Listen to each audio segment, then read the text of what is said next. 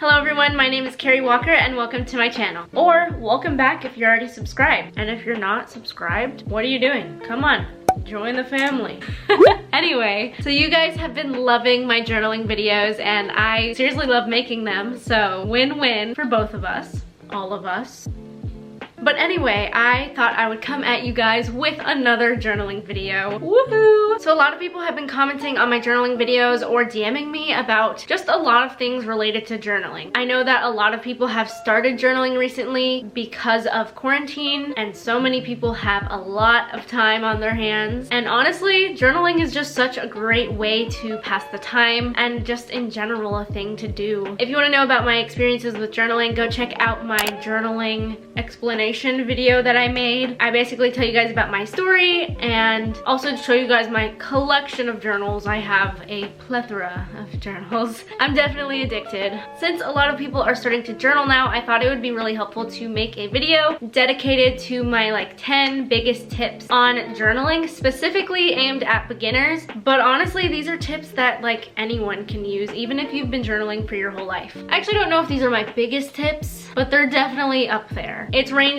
from the act of writing versus what you actually write and just like everything on that spectrum. Just tips on journaling. I'm also excited for today's video just because it's a more casual sit-down video, which I really enjoyed doing. I love talking with you guys and I love when you guys talk with me too, so make sure to comment down below anything that's on your mind. I'd love to know how you guys are doing. This is such an important time to check on the ones that you love, the ones that you care about. So feel free to comment down below how you're doing. DM me if you want to like say anything that's on your mind. If you have any questions, comments, concerns, anything, just let me know. I am always happy to talk to you guys. Anyway, as always, I am going off on a tangent and not staying focused. So we are going to jump right into the tips. Okay, so I have them pulled up on my phone here. I just kind of like typed them all up. And I guess I'm gonna kind of go in like chronological order, or at least in a way that like makes sense in my mind. You'll see. When you're first starting journaling, you of course need a journal, right? My first tip for you guys when going and getting a journal is that it doesn't need to cost $1 million.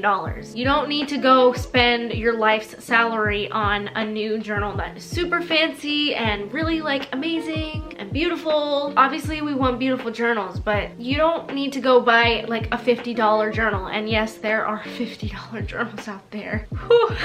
But when you're first starting, like it is okay to not have that like really high-tech journal, you know? And even if you've been journaling your whole life, you don't need to get the super heavy-duty expensive journals. Personally, I get most of my journals from Walmart or Target. They do me well, they're good, I think they're reliable, and with the amount of journals that I fill up, honestly, it does my wallet some good to get my journals from Walmart or Target. However, I will say that it is okay to also splurge on your journals if you're serious about it. Don't go buy like a $50 journal and only write like 2 pages of it, you know, like at least get the use out of it. But I actually read this quote somewhere and I wrote it down. I don't remember who said it, so creds to whoever did. But they said, your story is worth investing in a journal that will withstand the test of time. And that to me just like, whew, that like hit home. I love that so much because you don't want to be writing your life's story or whatever you're writing in a journal in a really flimsy journal or notebook that is just gonna fall apart. So make sure that wherever you're spending your money for your journal, you are putting it towards something that's reliable and sturdy, but know that you don't need to spend $1 million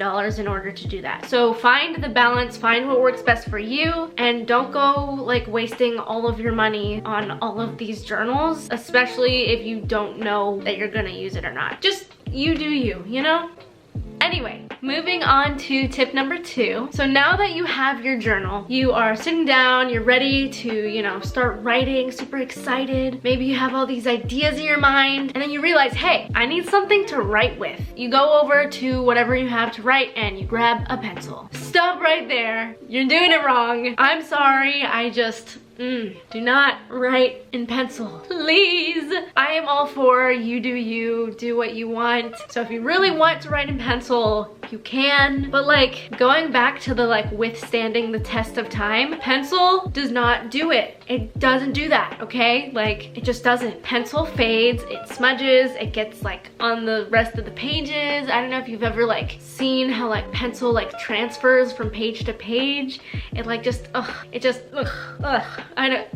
used to write in pencil in my elementary school journals, and I can still read what was there, thankfully, because I like wrote super dark. But it's also starting to fade and it's harder to read, and that would just be so horrible to look back on what you've written and then you like can't even read it. Please, I beg of you, if you're gonna journal, use pen. Pen will withstand the test of time. It's much easier to read as well because the ink is a lot darker than pencil lead. And a lot of people have actually asked me like, what if I mess up with pen? You won't be able to erase it. Listen people, it is okay to mess up. A journal is for like raw writing. It doesn't need to be perfect. A journal, for me at least, and for a lot of people, like that is your space to express yourself how you want, write whatever makes you happy and helps you. And the last thing you want to do is worry about like, oh, I like can't mess up. It's totally okay to like cross out words that you've like messed up on or like scribble things out. I have done that so many times. I'll like write an entire sentence and then be like, that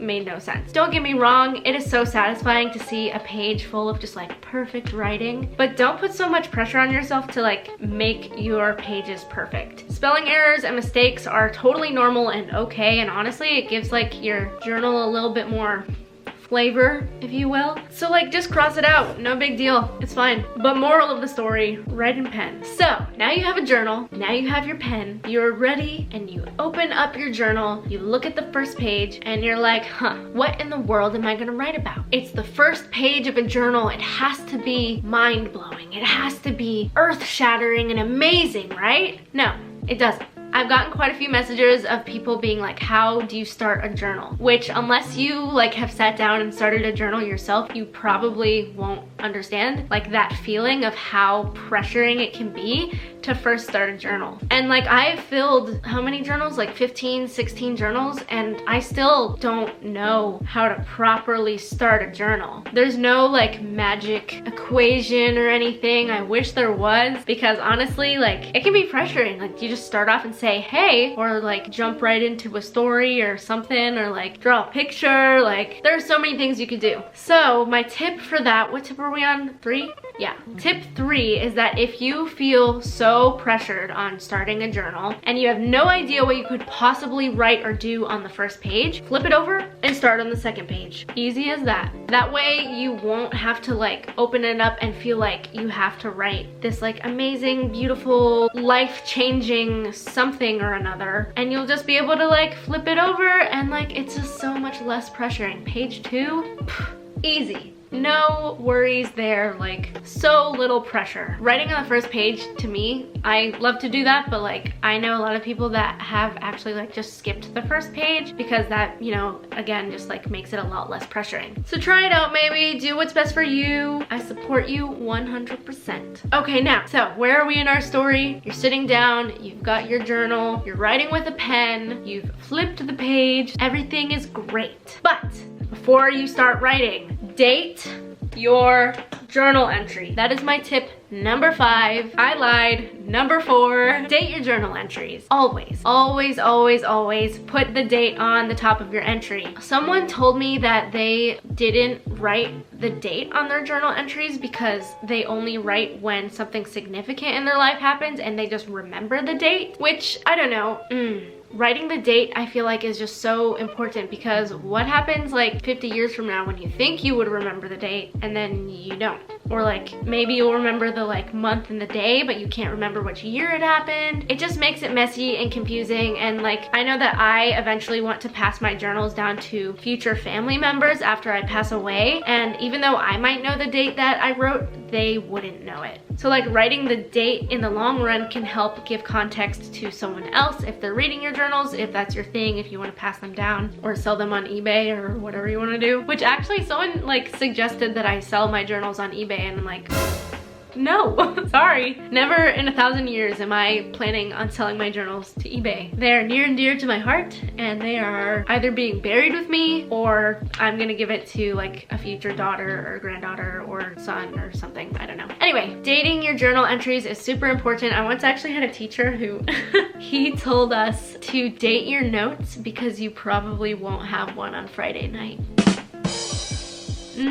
Yep. Same goes with journaling. Date your journal entries because you probably won't have one on Friday night. And if you do, good for you. I'm rooting for you. I also like to write the day of the week and the time with my journal entries. This is something that I recently started doing within the past year, just because like it gives it a lot more context of what is happening, because like as a student, if it's a Monday, I'll automatically know, oh, I probably went to school that day and blah, blah, blah. And it just gives context of what I'm writing and what I did that day if I don't necessarily mention like this is what I did today at school. As for the time, I feel like that just adds so much more weight and meaning to your journal entries, because if you are writing at 3 in the morning, that just automatically changes what you're writing so much compared to like if you were writing at 3 in the afternoon. It gives context of like what you were doing that day, how busy you might be. If you're writing something in the morning versus right before bed, it just changes the meaning of what you're writing. Definitely think about maybe doing that, including the day of the week, the time, as well as the date. No matter what, always write the date. But yeah, consider those other two things as well. So now you're writing, you've dated your journal entries, and you are like, oh my gosh, I'm so ready. I know all these amazing tips that Carrie just gave me. I'm ready to journal.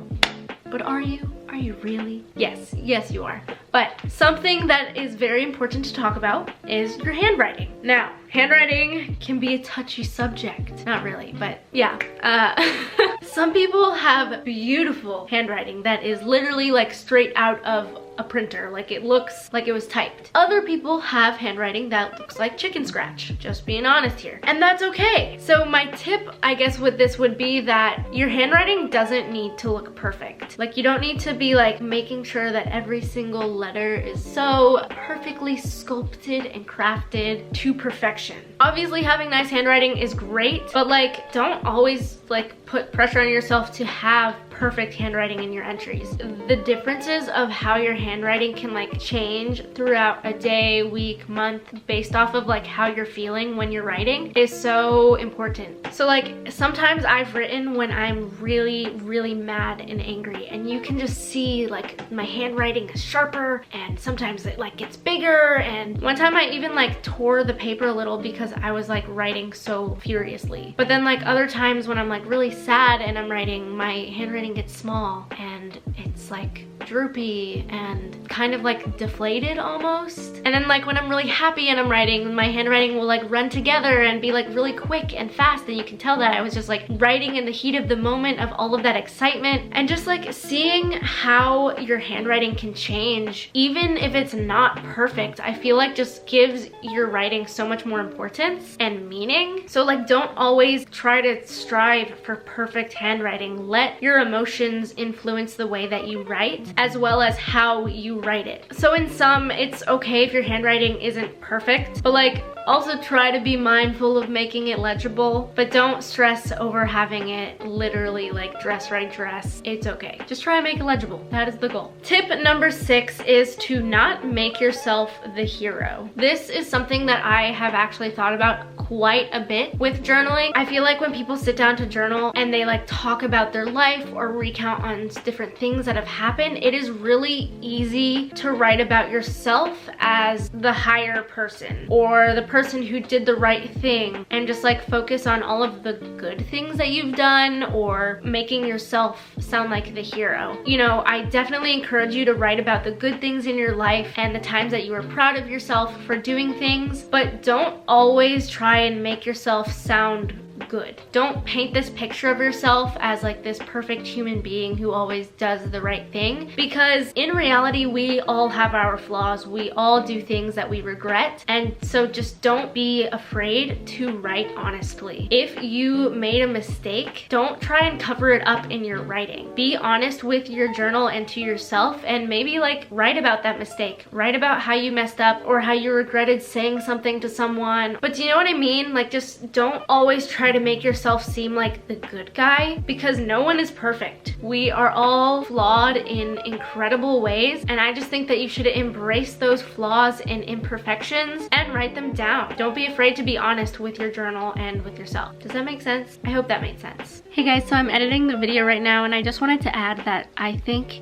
it shows a great deal of maturity if you are able to own up to your wrongdoings. And so yeah, that's kind of it. It just, you shouldn't live your life in a way that you are always placing the blame on others and always trying to make yourself the good guy, because the fact of the matter is that we all make mistakes, and if you are able to admit to those mistakes, own up to them, and then make a change based off of them, then you are light years ahead of so many other people. And so I just wanted to pop in and tell you guys that real quick, and now back to the video. Tip number 7 is that not every single journal entry needs to be super long. Personally, I try to write at least a page every time I write. I write every single day, and that's like my minimum that I do is a page a day. But don't feel like you need to sit down and write a novel every single time that you journal. If you're having like writer's block and you just don't know what to write about, or you just can't think of anything, don't try to force yourself to write pages upon pages of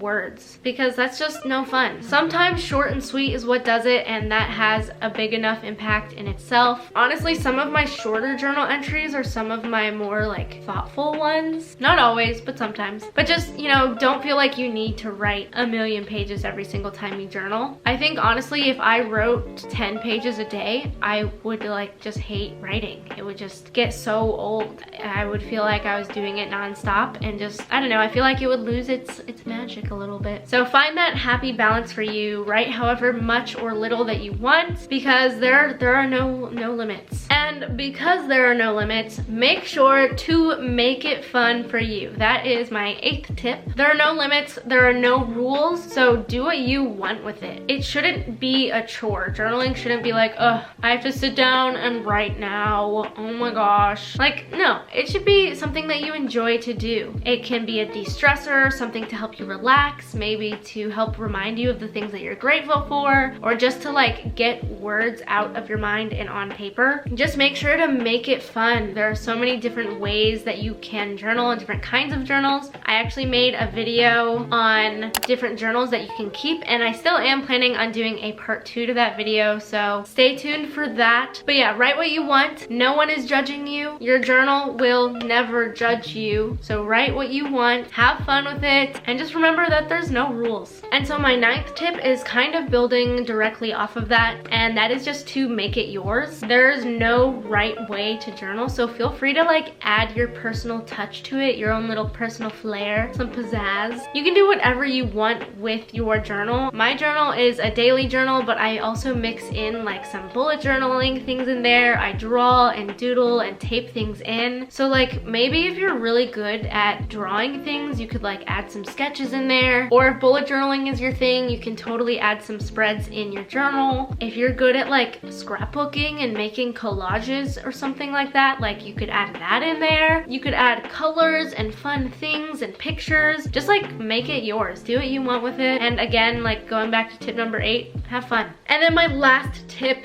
tip number 10, is to read back on your old journal entries. I made a video where I was reading back on my elementary school journal. That was really embarrassing, and I still can't really believe that I put that on the internet. And yes, I will eventually make a part 2 to that. I know that you guys loved that video. Whew. I have no idea when I'm gonna be making a part 2, but I was thinking of doing it probably like every time I hit like a subscriber milestone. I don't know if I'll do it with like 5K, 10K, something like that, but just know that it is coming in the future, so yeah. Reading back on your old journal entries though is so much fun, and I like will get sucked into it every single time that I do it. It's just like addicting, but it really just allows you to be able to reflect on how you've grown as a person. Sometimes if you like write about like goals that you have, you can go back and read to see like if you accomplished those goals or if you didn't, and you know, that's totally fine if you don't, but like, write about that. It is seriously just